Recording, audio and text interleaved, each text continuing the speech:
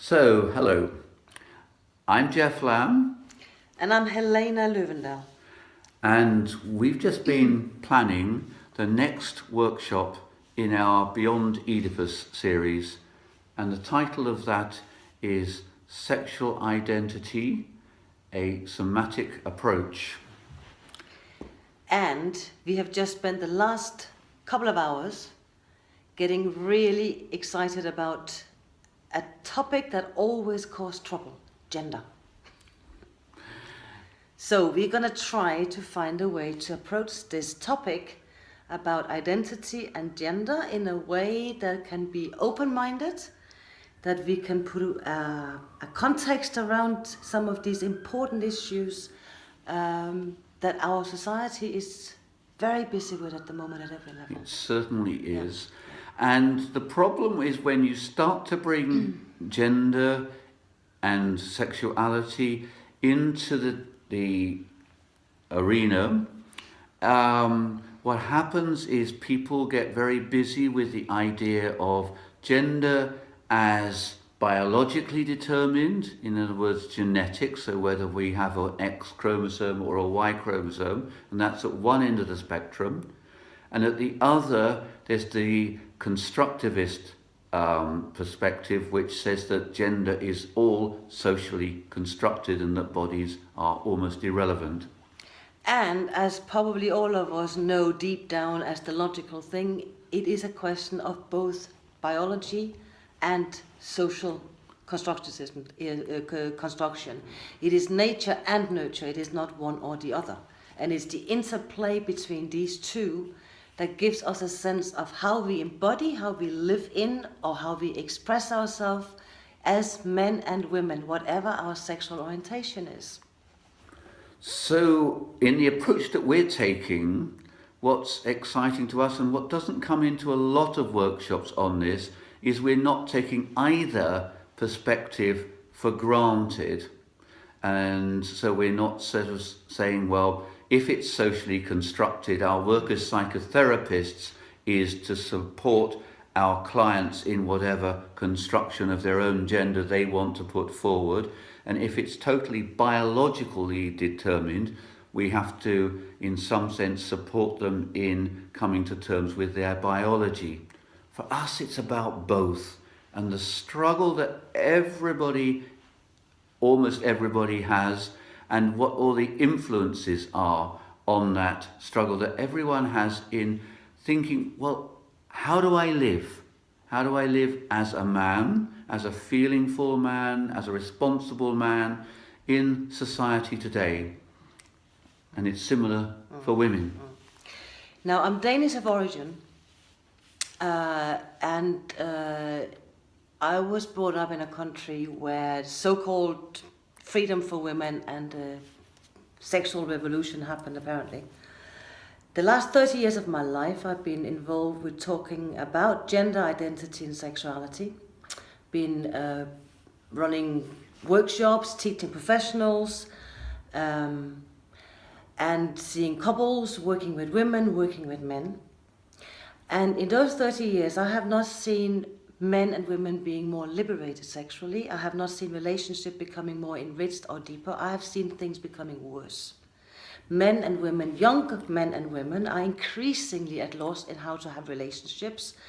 They will be more stereotypically doing the gender roles than I did when I was their age.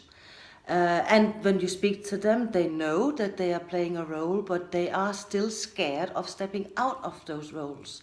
So they are completely at a loss in how to actually, like, this is not the evolution that we had hoped for was going to happen. Indeed, yes. I grew up in the 70s in the UK myself, and it was exactly the same. Not quite as liberated as Denmark, but it was So-called liberated. So-called liberated. So what are we struggling with at the moment? One of the things that we're going to be talking about is how important our parents are in relation to our gender identity.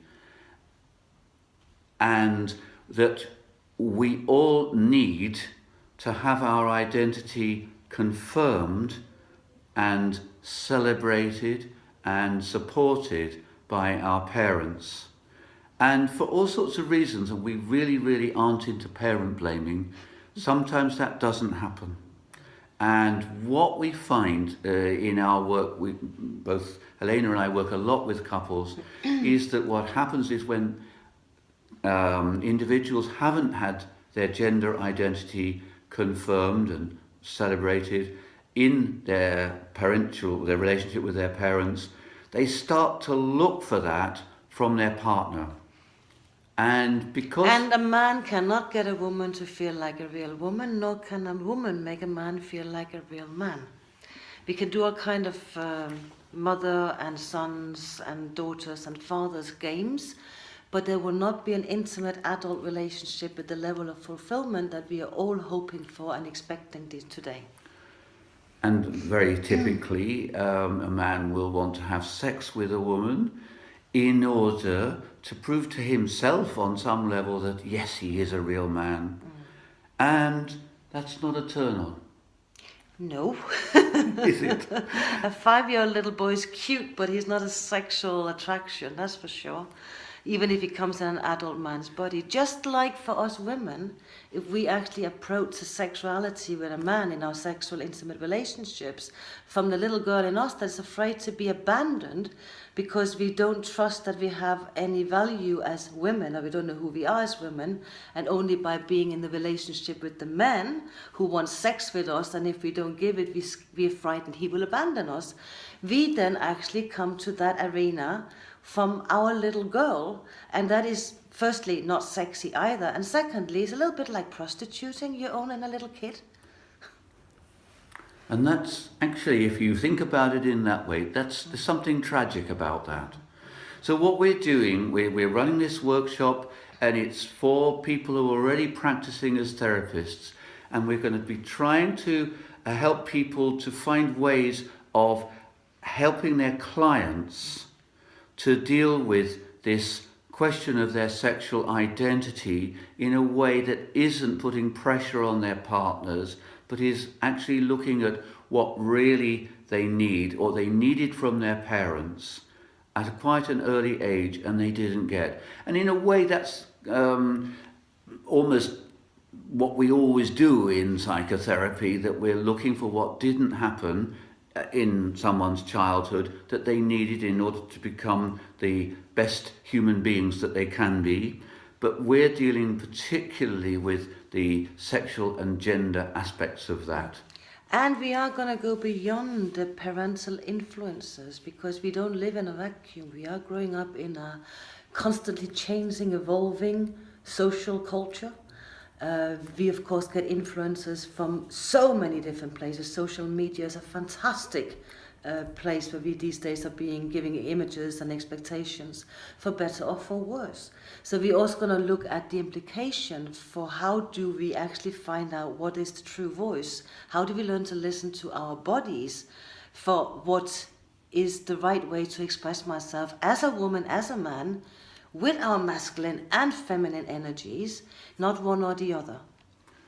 So, and that's important what you're saying there, Helena, that actually both of those exist inside each of us. As a man, I have a feminine side. As a woman, Helena has a masculine side. And it's... I think most people these days know that.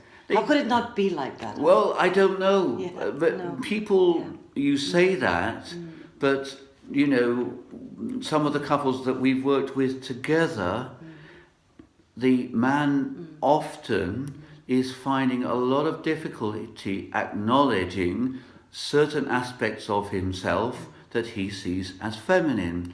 That's to say vulnerability, empathy, his own sadness, his own feeling of powerlessness. That's really difficult for some guys to acknowledge in themselves. So yes, you're right, it's in the common parlance now, but at a fundamental feeling level, men are often in denial about the things that they're terming feminine.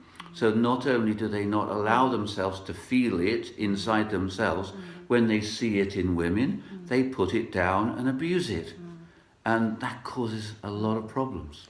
And it doesn't help that there's been a tendency on the women's sides to not not so much let the masculine aspect support the feminine part to become a woman, but they might more become masculine women, kind of like taking the role over from the men to be more masculine, because they don't know how to be women with power and authority without becoming the shadow side and almost a caricature of the masculine. And a good example of that would be someone like Margaret Thatcher, who we... Be careful, be careful. Some people love her. Fair enough, if that's... But rather than give examples, and even if you don't agree with what we're saying, we would very much welcome you to come and tell us how you see it so we can explore it together. Exactly. Yeah, we don't have the right answers, No. but we have a lot of experience and we have the willingness to go to depths with these issues. And that's what we really really needs to happen. And in a way, this is what we need to support psychotherapists who are out there practicing, either with individuals or couples in the world, in supporting those questions rather than coming up with answers. There aren't any easy answers. So come and join us with your questions, come and join us with your potential answers.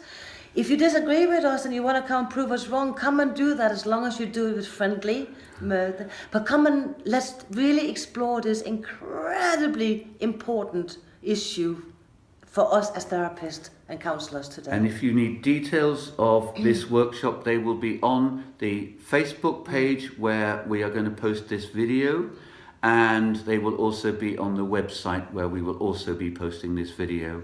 And details of how to apply and when the workshop is, that would be fantastic. If you just get in touch with us, details of how to contact us are also there. And remember, this is not just a one-day thing, it's a series of one-day events for professionals. Thank you for listening. Yeah. Thank you for listening. Hope to see you. Bye-bye. Bye.